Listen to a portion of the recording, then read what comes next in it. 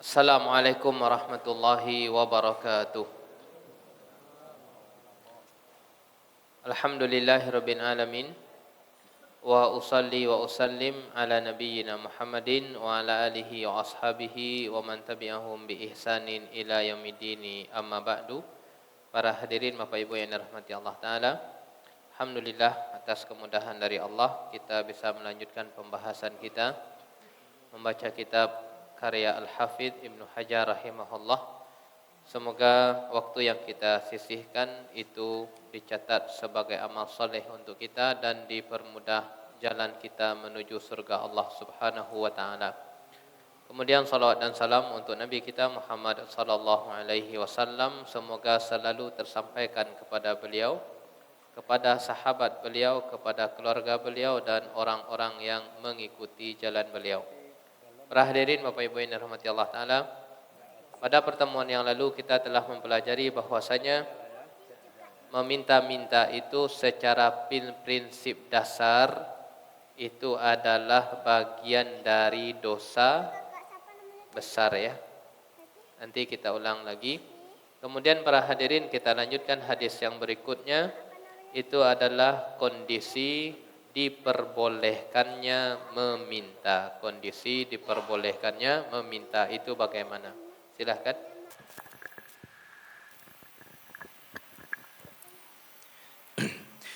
Ahsanallahu ilaikum. Wa an Samurah ibni Jundub radhiyallahu anhu qala qala Rasulullah sallallahu alaihi wasallam al-mas'alatu kaddun yakuddu biha ar-rajulu wajhahu illa an yas'ala ar-rajulu sultanan aw fi amrin la budda minhu. Rawahu Tirmidzi wa sahhahahu. Hadis 642 dari Samurah bin Jundub radhiyallahu anhu, ia mengatakan bahwasannya Rasulullah sallallahu alaihi wasallam bersabda, meminta-minta adalah tindakan seseorang yang mencakar mukanya sendiri, kecuali jika ia meminta-minta kepada penguasa atau karena suatu hal yang amat perlu dan mendesak. Diriwayatkan dan dinyatakan sahih oleh Tirmidzi. Baik. Kita masuk hadis 642. Jadi secara prinsip minta-minta itu bagian apa kemarin? Dosa besar ya. Dari mana disimpulkan dosa besar? Dari mana disimpulkan dosa besar? Dari mana? Nah, bagus, Masya Allah. Dari adanya ancaman. Baik, apa ancamannya yang telah pernah kita pelajari?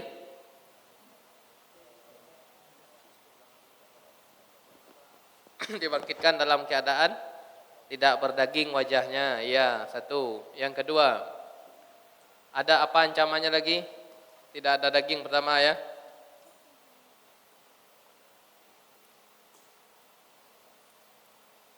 Dibangkitkan di wajah. Yang kedua, apa ancamannya lagi?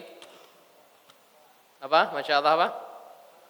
Iya, meminta harta manusia tanpa ada kebutuhan itu sama dengan meminta bara api neraka.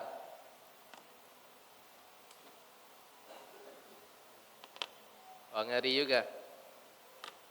Meminta bara api neraka. Maka silahkan minta, kata Nabi, kalau siap dengan bara api neraka. Kemudian yang ketiga, ini para hadirin baru pembahasan kita, hadis nomor 642 yang ketiga. Innal mas'alah, sesungguhnya meminta-minta itu, kata beliau sallallahu alaihi wasallam, kaddun yakuddu biha rajulu wajha. Itu sama dengan mencakar wajah sendiri. Mencakar-cakar wajah sendiri seperti ini. Ada di antara kita yang mau menusuk wajahnya dengan pisau? Secara praktek nyata tidak ada kan? Nah, meminta tersebut sebenarnya adalah kaddun yakuddu bihar rajul wajhahu, mencakar-cakar wajahnya sendiri. Nah, para hadirin yang dirahmati Allah Ta'ala, ini kesimpulan bahwasanya secara prinsip dalam Islam meminta-minta itu merupakan dosa besar yang tidak boleh. Kecuali kata beliau sallallahu alaihi wasallam, kecuali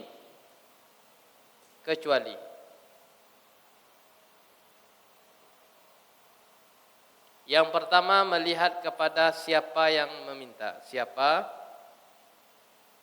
yang diminta. Siapa yang diminta? Beliau katakan illa sultanan, illa ayyas'ala rajulu sultanan. Kecuali itu adalah melihat kepada siapa yang diminta, yaitu adalah pemerintah atau instansi pemerintah.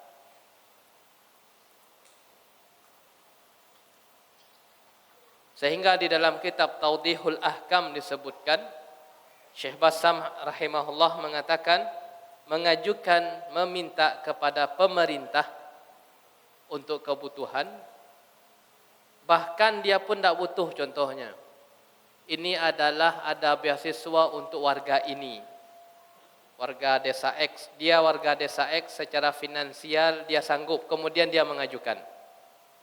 Bisa dipahami ya?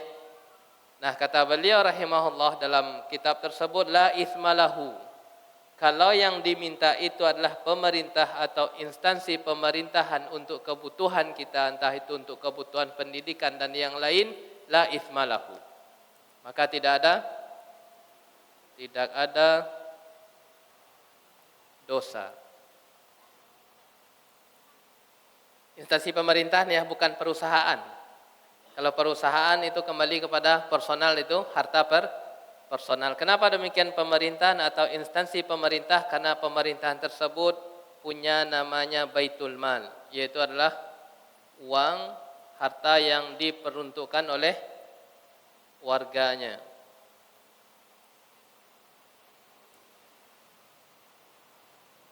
Bahkan Syekh Ibnu Utsaimin rahimahullah dalam kitab syarah beliau mengatakan, bahkan mengajukan buku kepada pemerintahan untuk kebutuhan meskipun kita sanggup untuk membeli.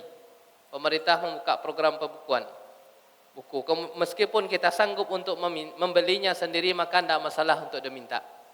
Karena adalah masing-masing negara itu mustahak, dia punya hak. Hak dia ada pada apa?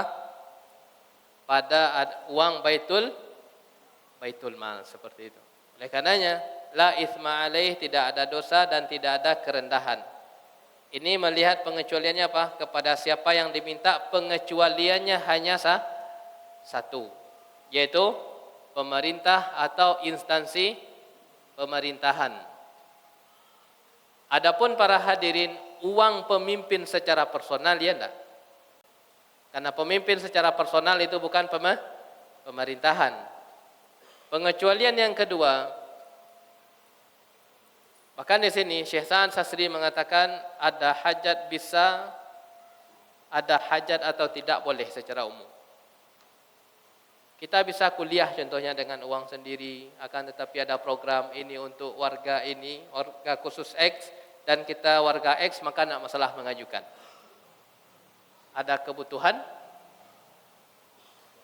atau tidak. Para hadirin yang jelas tidak ada dosa ya, tapi tidak dianjurkan, tetap dengan yadul ulia kita lebih mulia. Kemudian yang kedua, pengecualian yang kedua itu adalah beliau katakan sallallahu alaihi wasallam, au fi amrin la budda minhu, perkara yang sudah terdesak. Yang sudah terdesak.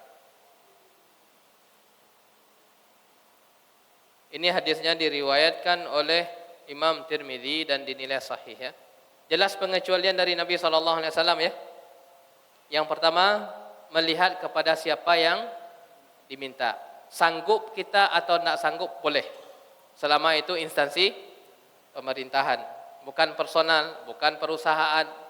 Nah, kalau kepada selain instansi pemerintahan, kepada personal, kepada perusahaan, boleh juga kapan itu masuk kepada nomor 2. Fi amrin la budda minhu, kata Nabi sallallahu alaihi wasallam, pada perkara yang sudah sangat terdesak baru halal kita minta.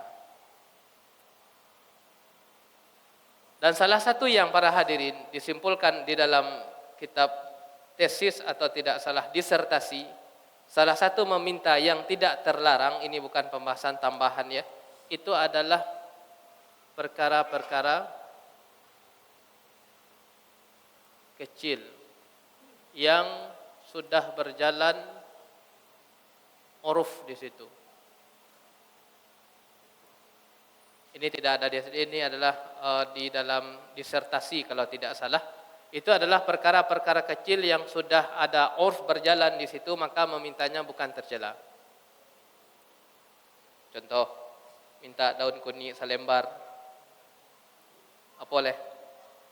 Atau 5 kapeh, hal-hal yang urfnya berjalan ya, atau minta air 1 teguk kehausan, macam-macam. Nah, perkara-perkara kecil seperti ini dimaafkan, bukan termasuk perkara meminta yang tercela.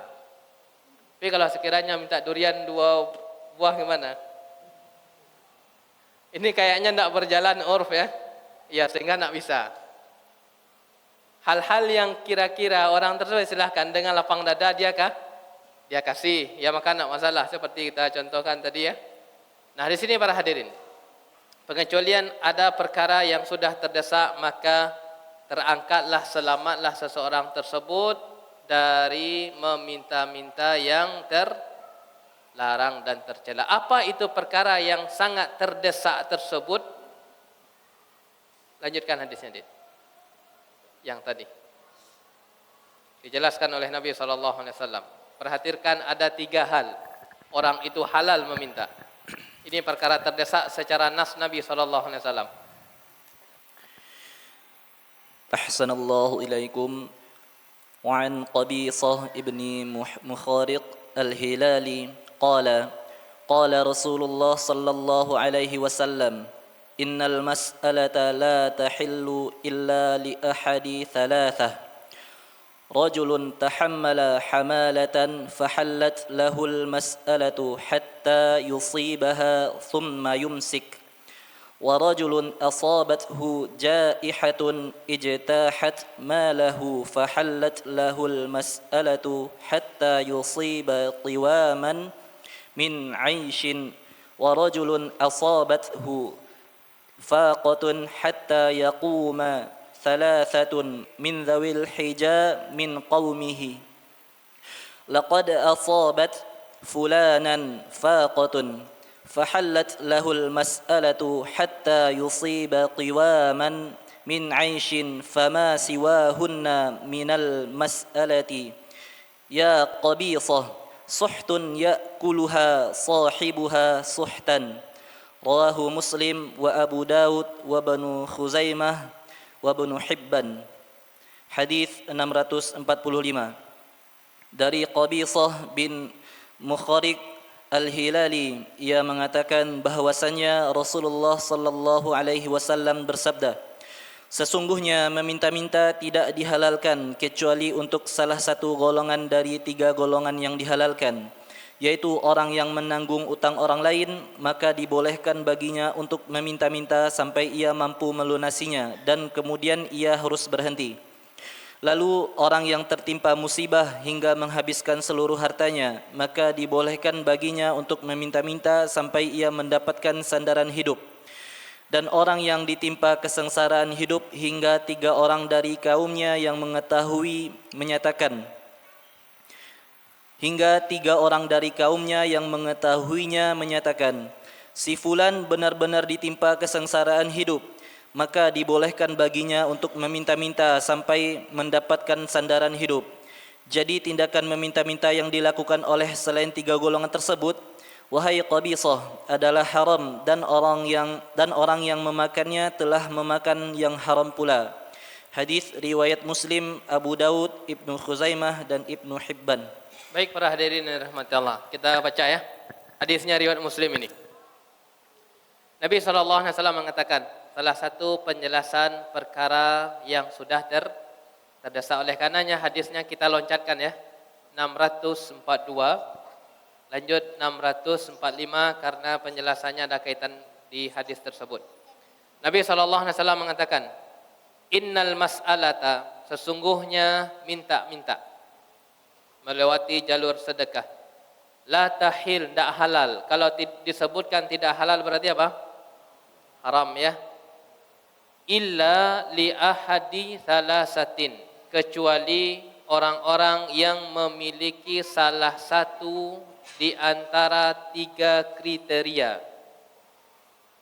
Yang pertama, rajulun tahammala hamalatan, adalah orang-orang yang berhutang disebabkan mendamaikan pihak yang sedang bersengketa.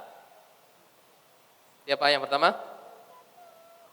Orang yang sedang berhutang, dia berhutang, tujuan dia berhutang bukan untuk diri dia. Ini di zaman Nabi SAW. Tujuan dia berhutang apa? Salah satunya mendamaikan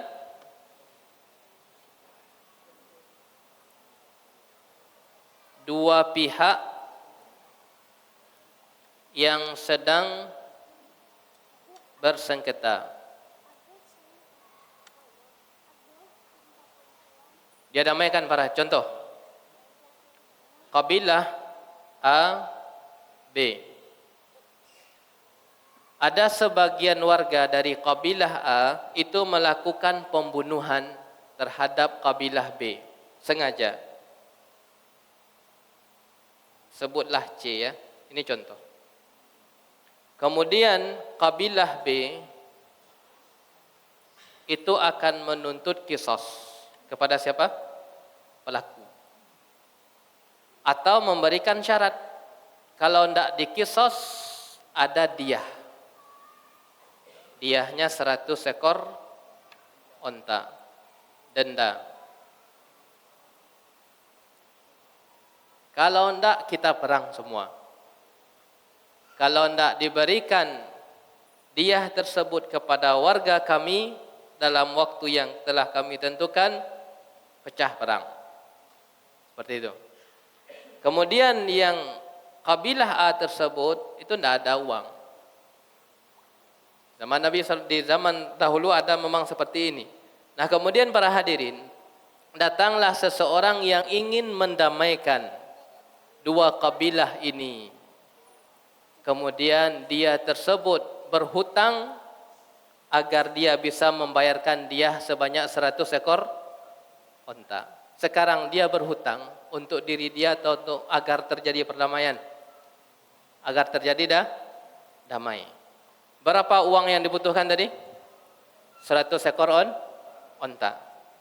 Nah, orang yang seperti ini para hadirin boleh dia meminta-minta. Kepada siapa, Pak?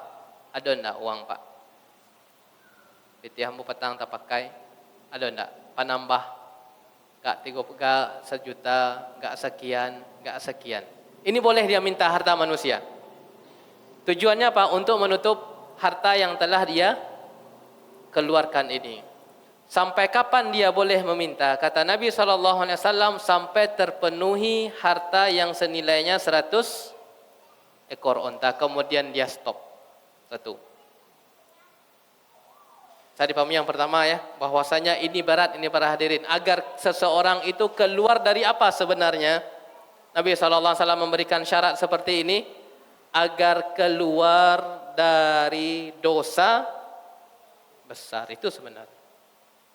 Sehingga pembolehan tersebut dalam kondisi yang sangat terdesak meminta-minta. 1 keadaan. Keadaan yang kedua kata Nabi SAW, ya qabisah, wahai qabisah. Keadaan yang kedua beliau sampaikan, orang yang ditimpa bencana alam. Afah, ditimpa bencana alam. Yang itu merupakan afah samawiyah. seperti gempa, gagal panen, banjir, kemudian kebakaran, habis harta. Nah, di sini dia boleh meminta. Dah, minta baju saleh lah. Boleh dia secara sharih para hadirin. Dah minta baju saleh dah. Baju ambo habis terbakar. Ini halal. Secara nas Nabi SAW, orang-orang yang ditimpa bencana alam sehingga harta tersebut habis, boleh dia meminta, bantulah kami, contohnya boleh. Dia ditimpa musibah, ditimpa galodo, boleh dia secara sharih, secara tegas mengatakan bantulah kami. Kami meminta harta kepada kalian. Ini diperbolehkan yang kedua ya. Orang yang ditimpa bencana alam sehingga harta tersebut habis. Kemudian yang ketiga disampaikan oleh Nabi SAW, orang yang tadinya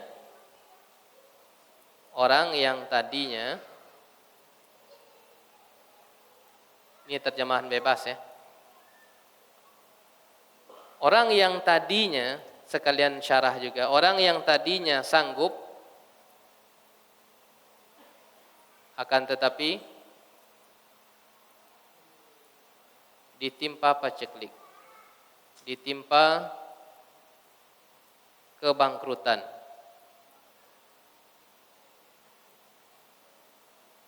Tadi dia sanggup dia tadi, orang berada dia. Akan tetapi qadarullah, yang namanya usaha tersebut berpeluang untuk naik, berpeluang untuk turun, berpeluang untuk mendapatkan laba, berpeluang untuk mendapatkan kerugian. Atau dia memiliki skillnya skill zaman dahulu. Sekarang skill tersebut sudah tidak dipakai lagi. Ada kan seperti itu ya? Sudah tidak dipakai lagi barang hasil dia. Sudah ada barang-barang temuan yang baru, yang teknologi tidak menggunakan jasa dia lagi. Skill dia hanya di situ saja. Tidak ada skill yang lain, kehabisan. Nah, di sini para hadirin, orang yang tadinya sanggup kemudian ditimpa kebangkrutan, boleh dia secara sharih meminta-minta, menengadahkan tangan boleh. Minta-minta. Akan tetapi catatannya apa Nabi katakan? Beliau SAW sampaikan, harus dipersaksikan oleh tiga orang tokoh yang merekomendasikan.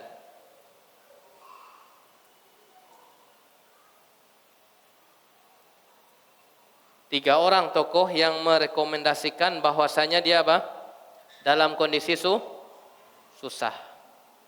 Yang menerangkan fulan ini dalam kondisi susah. Berapa orang? 3 orang. Jumhurul ulama mengatakan setidak-tidaknya itu adalah boleh 2 orang. Saksi yang adil.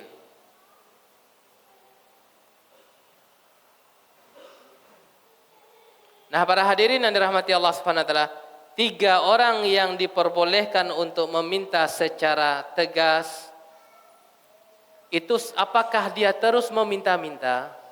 Tidak. Sampai untuk bisa bertahan saja.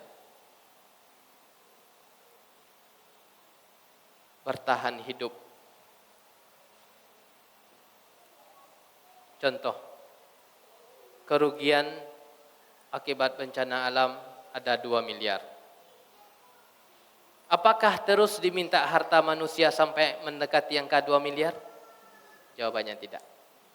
Jawabannya tidak. Nabi katakan bisa bertahan hiduplah, selesai. Oleh karenanya diminta terus sampai angka 2M, maka meminta tersebut takatsuran jadinya. Dalam rangka berbanyak banyak, bukan untuk dalam rangka bertahan hidup. Oleh karenanya syaratnya ada, ketentuannya ketat juga. Sampai dia bertahan hidup dengannya cukup, jangan minta lagi, udah selesai. Nah, para hadirin yang dirahmati Allah Ta'ala, khusus yang nomor 3, apa itu khusus tadi? Orang yang ditimpa kebangkrutan, yang tadinya sanggup, itu harus ada rekomendasi dari tokoh. Minimalnya dua orang. Ustadz, kenapa untuk poin nomor 1, untuk poin nomor 2 tidak disyaratkan rekomendasi? Kenapa para hadirin? Bisa kita lihat kira-kira? Kenapa yang nomor 2 tidak disyaratkan rekomendasi tokoh? Sedangkan yang nomor 3 disyaratkan. Hah?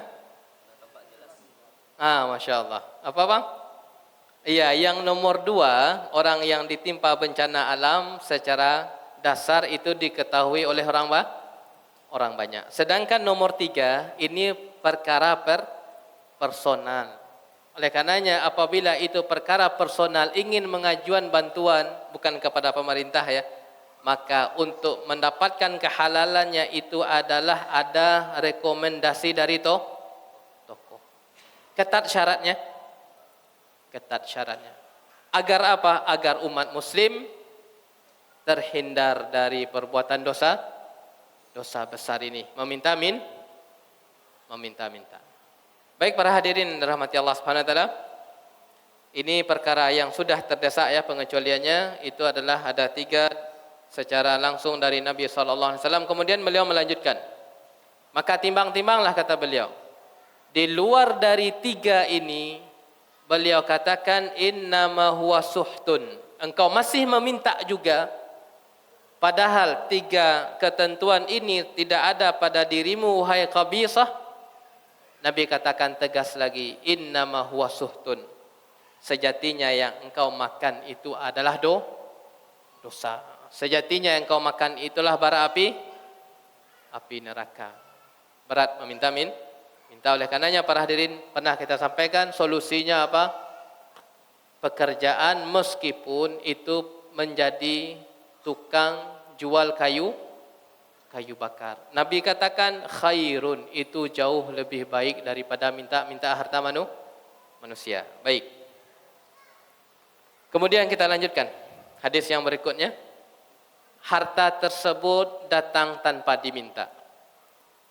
Bagaimana? Apakah ditolak juga? Lanjutkan, Dit.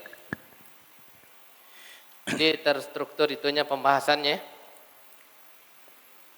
Andai sekiranya harta tersebut datang, lanjutkan. Ahsanallahu ilaikum.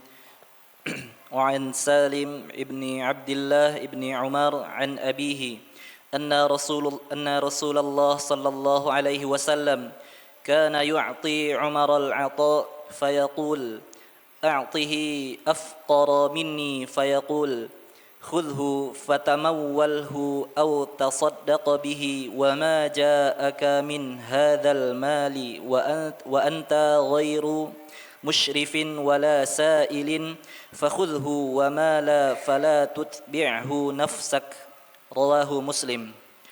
Hadis 649 dari Salim bin Abdullah bin Umar dari ayahnya disebutkan bahwa Rasulullah sallallahu alaihi wasallam pernah memberikan sesuatu kepada Umar ibn Khattab, lalu ia berkata, berikanlah ini kepada orang yang lebih membutuhkan daripada diriku.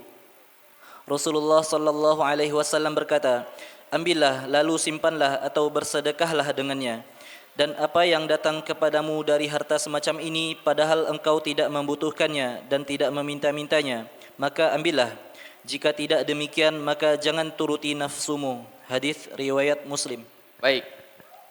Tadi secara prinsip haram kecuali dalam kondisi yang sangat terdesak keluar dari ruang lingkup dosa besar. Kemudian Nabi SAW, hadis ini kita loncatkan ya, 649, andai sekiranya harta tersebut datang tanpa diminta, bagaimana saran Nabi SAW? Kisahnya adalah Nabi SAW kasih sesuatu. Hadis riwayat Muslim.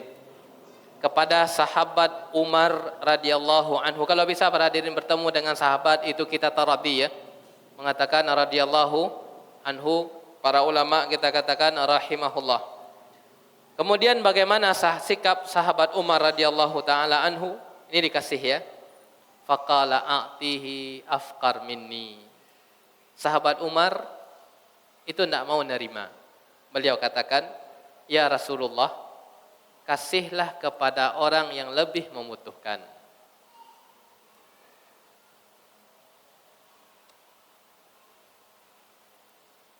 Subhanallah ya. Sikap sahabat Umar. Didatangi, ya Rasulullah, enggak, saya tidak butuh ya Rasulullah.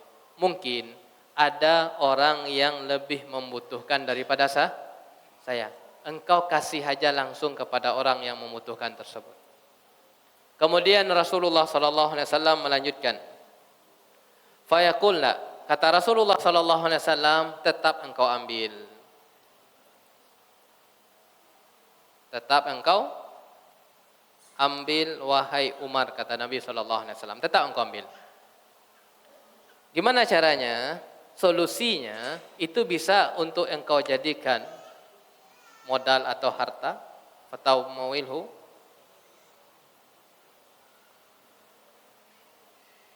atau solusi yang kedua adalah engkau sendiri yang kasih kepada orang lain, sedekah dengannya.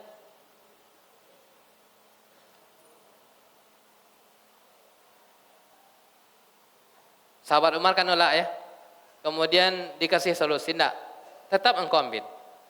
Andai sekiranya engkau tidak butuh harta ini, dah, sedekahlah engkau dengannya kepada pihak lain. Nanti kita sebutkan salah satu faedahnya. Kemudian para hadirin yang dirahmati Allah Subhanahu wa taala, beliau mengatakan, beliau kasih kaedah. Wa ma ja'aka min hadzal mal. Andai sekiranya engkau didatangi suatu harta, wa anta ghairu musyrifin, dan engkau tidak ada menolehnya untuk diberi. Satu. Syekh Atiyah Salim rahimahullah mengatakan salah satu bentuk menoleh agar kita diberi itu adalah kita menyebutkan kondisi kita yang susah kepada orang yang lebih kaya. Agar si kaya tersebut apa? Rasai, Pak Ustaz, ambo kan nak minta-minta, Ustaz. Ya, ini bagian dari meminta secara kondisi. Karena meminta itu ada dua. Meminta secara lisan. Yang kedua meminta secara kondisi. Dia payah nah gini udah. Nah, disebutkanlah berbagai macam kesusahan. Tujuannya apa? Tujuannya diberi. Nah, ini menoleh orang yang lebih agar kita diberi, diungkit lah orang tu agar orang tu kasih. Satu. Kemudian yang kedua, wala sailin, dan engkau juga tidak meminta.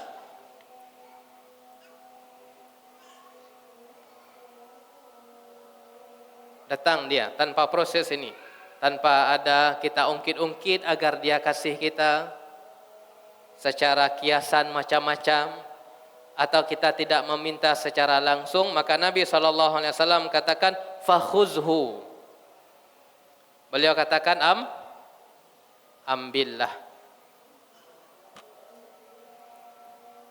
Meskipun engkau nanti tidak butuh, nanti sedekahkan kepada pihak.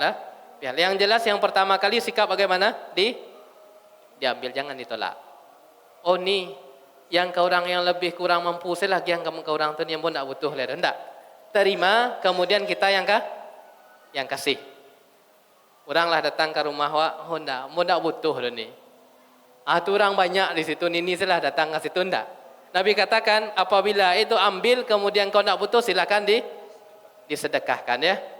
Berarti para hadirin, faedah muamalah seharian yang dari hadis ini disimpulkan oleh para ulama adalah harta kalau sudah diberikan dan terjadi perpindahan kepemilikan, maka pemilik yang baru pemilik yang baru. Pemilik yang baru ya, ini harta, ini mobil, ini rumah, silahkan diambil. Ini macam-macam, silahkan. Berarti telah terjadi perpindahan kepemilikan. Maka pemilik yang baru punya hak secara total.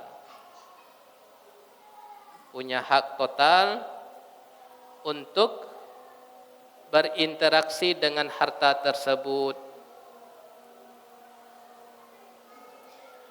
Tidak ada celaan. Punya hak total, dikasih orang, contoh motor, contoh aja. Bolehkah pemilik baru untuk menjual? Boleh. Dikasih rumah, boleh tak pemilik baru untuk menjual? Boleh. Secara prinsip ya, secara prinsip. Boleh nak disedekahkan motor tadi contohnya? Boleh. Oleh karenanya bukan celaan. Ambo majah ke situ dijual enggak? Kecuali kasih syarat jelas lain cerita. Tapi secara prinsip pemilik baru tersebut punya hak totalitas untuk berinteraksi dengan harta tersebut. Dari mana kita simpulkan, para ulama menyimpulkan, Nabi mengatakan engkau sedekah dengannya. Kalau engkau tidak mau, terima dulu, terjadi perpindahan harta, kemudian silahkan untuk engkau sedekahkan kembali. Nah, para hadirin yang dirahmati Allah SWT, insyaallah sudah agak runut pembahasannya tentang konsep minta ya. Mulai dari hukumnya, kemudian kapan diperbolehkan, kemudian yang ketiga, andai harta itu datang tanpa diminta-minta, bagaimana sikap. Ini adalah kejadian kisah Rasulullah sallallahu alaihi wasallam dengan sahabat Umar radhiyallahu taala anhu. Azan dulu, kemudian kita lanjutkan beberapa hadis lagi. Baik para hadirin yang dirahmati Allah Ta'ala, kita lanjutkan 2 hadis lagi. Dengan ini selesai pembahasan kita dari pembahasan zakat. InsyaAllah kita lanjutkan rukun Islam yang berikutnya, itu adalah tentang bekal haji. Karena setelah zakat itu kitab puasa. Alhamdulillah pada tahun yang lalu ya, kita sudah selesai membaca hadis tentang puasa ya. Berarti pembahasan kita yang terakhir sekarang tentang zakat. Setelah itu kita masuk rukun Islam yang berikutnya tentang hadis Nabi SAW seputar haji. Baik, ini para hadirin 2 hadis. Ini adalah sebagai pelengkap pembahasan kita. Orang-orang kaya yang boleh mendapatkan sedekah. Bagaimana boleh mendapatkan zakat? Dia kaya tapi boleh untuk mendapatkan harta zakat atau harta sedekah. Silahkan Dit, gimana hadisnya? 643. Ya. Ahsanallahu ilaikum. An Abi Sa'id Al-Khudri radhiyallahu anhu qala qala Rasulullah sallallahu alaihi wasallam la tahillu as-sadaqatu li ghaniyyin illa li khamsatin لعامل عليها أو رجل اشتراها بماله أو غاز في سبيل الله أو مسكين تصدق عليه منها فأهدى منها لغني. رواه أحمد وأبو داود وابن ماجه وصححه الحاكم وأعل بالإرسال. Hadis 643 dari Abu Sa'id Al-Khudri radhiyallahu anhu, ia mengatakan bahwasanya Rasulullah sallallahu alaihi wasallam bersabda, zakat itu tidak halal diberikan kepada orang kaya kecuali 5 golongan, yaitu panitia zakat atau orang yang membelinya dengan hartanya, atau orang yang berhutang, atau orang yang berperang di jalan Allah, atau orang miskin yang menerima zakat kemudian memberikannya pada orang kaya. Hadis riwayat Ahmad, Abu Daud dan Ibnu Majah. Hadis ini dipandang sahih oleh Hakim, namun juga dianggap berstatus mursal. Baik para hadirin yang dirahmati Allah Ta'ala, Nabi mengatakan sallallahu alaihi wasallam, tidak halal sedekah itu untuk orang kaya. Orang kaya siapa yang dimaksud? Karena para hadirin, istilah kaya tersebut ada 2. Kaya yang pertama adalah orang yang hartanya telah sampai nisab. Itu disebut dengan kaya. Ghani juga dia. Istilah yang kedua disebut juga kaya, itu adalah orang-orang yang kebutuhan pokoknya sudah tercukupi. Juga disebut kaya. Nah, yang disebut kaya dimaksud hadis ini adalah orang-orang yang kebutuhan pokoknya telah tercukupi. Meskipun hartanya tidak sampai atau belum sampai nisab zakat. Maka timbang-timbang Ustaz Ambu kayu je kini, alhamdulillah. Karena kebutuhan pokok telah tercukupi, masuk ghina para hadirin. Namanya istilahnya juga ghaniyun, juga orang-orang kaya. Nah, orang yang seperti ini itu boleh menerima zakat dia. Yang pertama adalah li'amilin 'alaiha.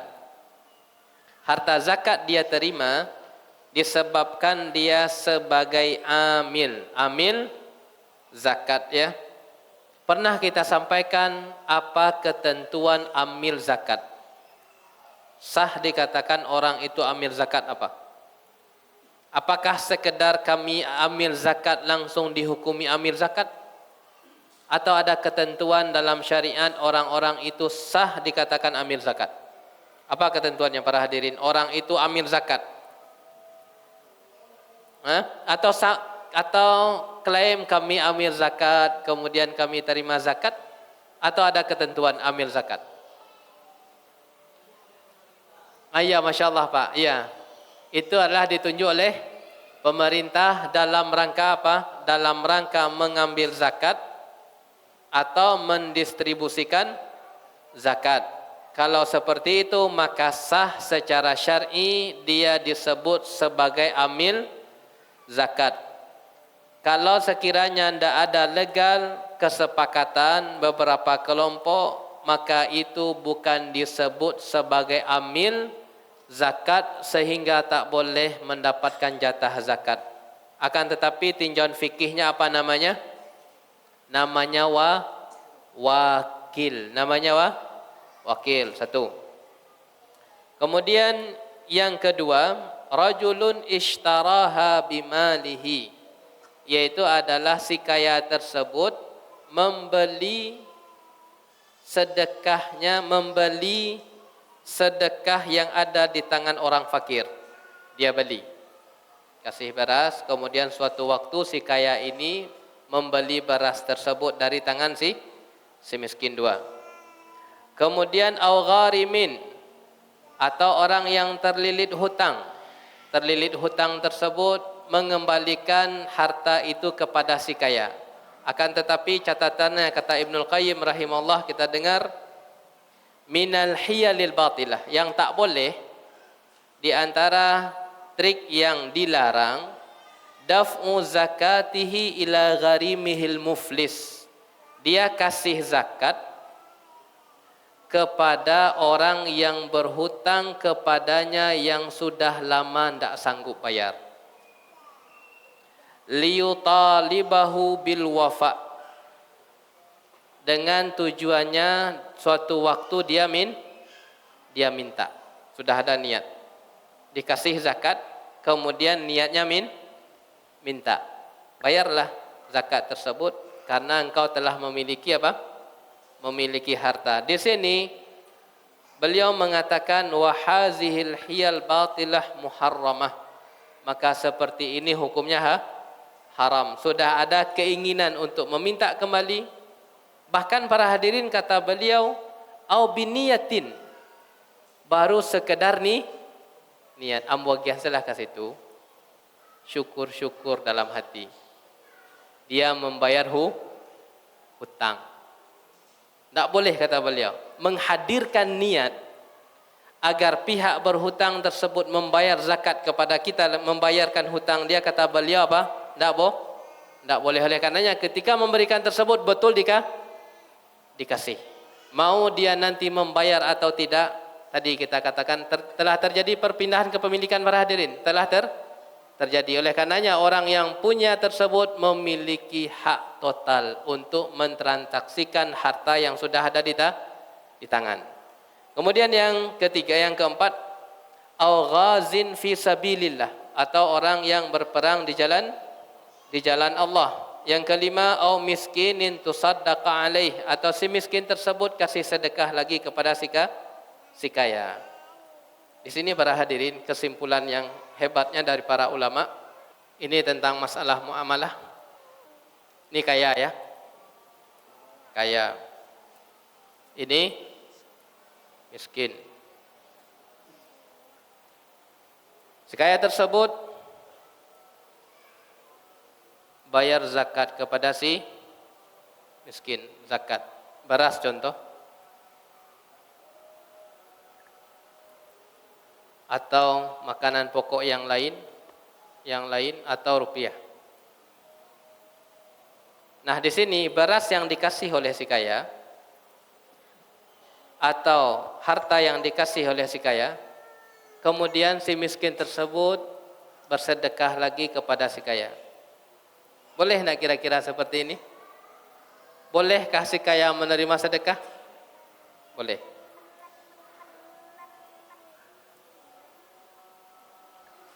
Terjadi para hadirin, perhatikan, harta tersebut kembali lagi kepada si kaya. Harta beras tadi kembali lagi kepada si kaya.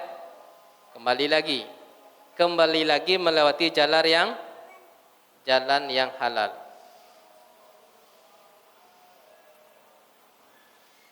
Bisa dipahami ya? Kembali lagi melewati jalan yang halal. Apa itu jalan yang halal?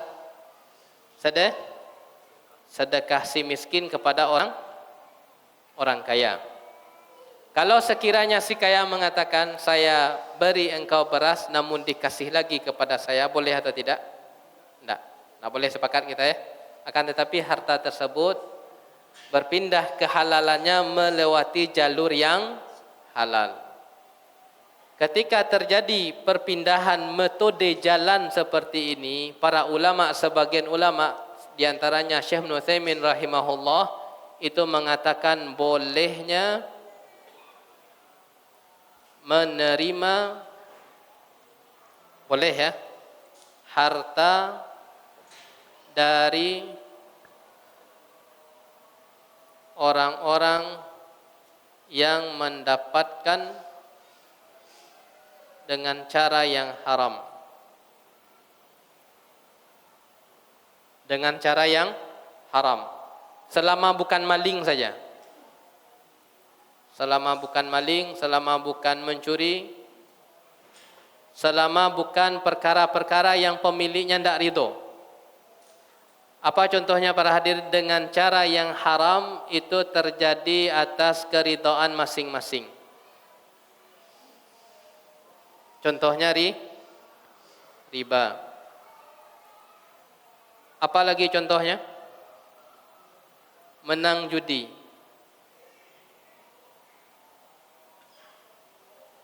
Seseorang para hadirin pendapatannya riba. Si A penghasilannya riba. Haram atau halal? Jelas haram ya. Kemudian dia kasih kepada si B harta riba tersebut. Dikasih bukan metode riba, akan tetapi dikasih dalam rangka bentuk hibah atau sedekah atau nafkah. Beliau memang mengatakan secara wara tidak diterima, kata beliau, tapi secara hukum boleh atau tidak, ya kan bertingkat nanti itu. Para hadirin, harta A yang riba tersebut pindah ke tangan B melewati apa? Hibah. Atau melewati nafkah. Nah, hibah dan nafkah ini jalan yang dibolehkan atau jalan yang diharamkan? Jalan yang dibolehkan. Bisa dipahami ya? Oleh karenanya beliau berpandangan bahwasanya menerima nafkah atau menerima hibah dari orang yang pekerjaannya riba atau harta haram lainnya, beliau katakan boleh. Kenapa demikian? Telah terjadi perubahan tata cara kepemilikan. Bisa dipahami? terjadi perubahan kepemilikan. Sekarang harta tersebut pindah ke tangan si B melewati apa? Melewati hibah. Melewati apa? Melewati nafkah. Seperti ini. Harta tersebut kembali kepada si kaya melewati apa? Melewati jalur yang boleh, yaitu si miskin bersedekah lagi kepada si kaya. Selama jalurnya perpindahan harta itu boleh dalam syariat, maka seseorang boleh untuk menerima. Contoh lagi, seseorang tersebut bekerja sebagai karyawan, pekerjaannya halal. Kata dia, bos dia tersebut sumber gajinya dari entah berantah. Yang jelas pekerjaan halal, yang dia dapatkan apa sekarang? Upah. Bagaimana upah dalam syariat Islam? Haram atau halal? Halal. Apabila pekerjaannya halal. Di tangan dia haram, perpindahan ke tangan kita dengan cara yang halal. Itu ini konsepnya. Di tangan dia haram, perpindahan ke tangan kita pastikan dengan cara yang halal. Bisa jadi harta atasan kita dari entah berantah, tapi pekerjaan kita di tempat dia pekerjaan yang halal. Jelas kehalalannya, maka imbalannya tersebut juga upah yang halal. Oleh karenanya sekali lagi patokan di mana? Lihat perpindahan harta si fulan ke tangan kita dengan cara yang halal, maka boleh untuk diterima. Pembahasannya boleh ya. Para hadirin yang dirahmati Allah Subhanahu wa taala, satu hadis lagi, dengan ini kita tutup. Satu lagi dia agar selesai.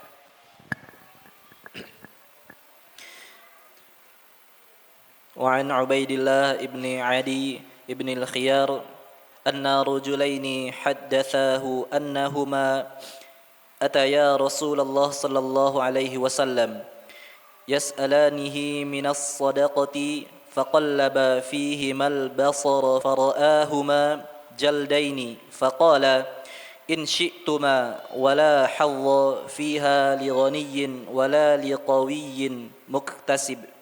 Baik, sebelumnya para hadirin, ini hadis bagi orang yang akan menyalurkan sedekahnya, menyalurkan zakatnya, maka dia harus melihat orang secara pandangan kasat mata luar saja. Bagaimana terjemahannya? Silakan. Hadis 644 dari Ubaidillah bin Adi bin Al-Khiyar, ia berkata, ada dua orang lelaki yang menceritakan kepadanya bahwa mereka pernah menemui Rasulullah sallallahu alaihi wasallam untuk meminta zakat dari beliau. Lalu Rasulullah memandangi mereka dan beliau melihat keduanya masih tergolong orang yang kuat. Beliau pandangan ya, beliau nilai. Tidak beliau langsung kasih. Kira-kira layak anda orang ini dikasih. Ini seperti itu para hadirin. Beliau pandang, beliau teliti dulu. Layak anda. Lanjut terjemahannya. Lantas Rasulullah sallallahu alaihi wasallam bersabda, jika kalian mau, aku beri kalian zakat, namun tidak ada bagian zakat bagi orang kaya dan kuat bekerja. Diriwayatkan oleh Ahmad dengan menguatkannya Abu Daud dan Nasai.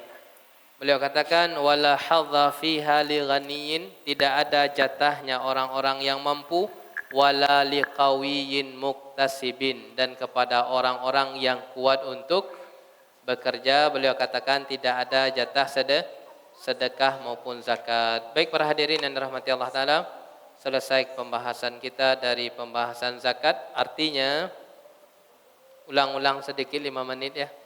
Zakat itu ada berapa macam? Ada 2. Zakat wajib dan zakat sunnah. Kemudian untuk zakat sunnah, itu bagaimana konsep berzakat di situ? Apakah Nabi SAW mengajarkan bakhil? Tidak. Nabi mengajarkan di situ apa? Konsep skala prioritas. Kemudian Al-Hafidh Ibnu Hajar rahimahullah kemudian melanjutkan tentang hukum orang yang meminta-minta. Beliau katakan, beliau mendatangkan hadis bahwasanya konsep asal meminta itu dosa besar. Sekali lagi, di mana kita simpulkan itu dosa besar? Disebabkan ada ancaman. Ada 3 ancamannya. Apa ancaman yang pertama? Agar tidak hilang begitu saja para hadirin. Apa ancaman yang pertama? Apa? Tidak ada daging di wajahnya, satu. Kemudian yang kedua, iya, yang dia minta itu sebenarnya api neraka. Dua. Yang ketiga, cakar-cakar wajah. Kecuali satu, halal. Untuk siapa? Nah, yang diminta tersebut adalah kepada instansi pemerintahan, ya. Kemudian yang kedua, kapan boleh lagi? Kondisi terdesak, ya, ada kebutuhan. Secara nas Nabi SAW menyebutkan 3 orang. Yang pertama, orang yang mendamaikan 2 kabilah yang sedang bersengketa satu. Dia minta harta manusia. Kemudian yang kedua, orang yang ditimpa musibah, sah dia untuk mengatakan, udah baju ambo habis, dah minta lah gak saleh, udah. Tidak masalah. Atau rupiah yang dia minta. Kemudian yang ketiga, ya, orang yang bangkrut. Maka di luar dari itu, kata beliau, yang kau minta sejatinya bara api neraka. Oleh karenanya Nabi memberikan solusi agar tidak terjebak ke dalam meminta-minta. Bagaimana solusinya? Bekerja. Berangkat ke hutan untuk cari kayu bakar, kemudian diikat, kemudian dijual, kata beliau. Meskipun panik-panik, itu jauh lebih baik daripada minta. Selesai pembahasan kita, insyaallah kita masuk ke dalam hadis yang berkaitan dengan seputar haji dan umrah. Ya, semoga kita pelajari dulu, ya. Al-ilmu qabla al-qawli wal amal. Kita pelajari ilmu tentang haji atau tentang umrah. Semoga kita bisa haji dan umrah. Wabillahi taufiq wal hidayah. Wassalamualaikum warahmatullahi wabarakatuh.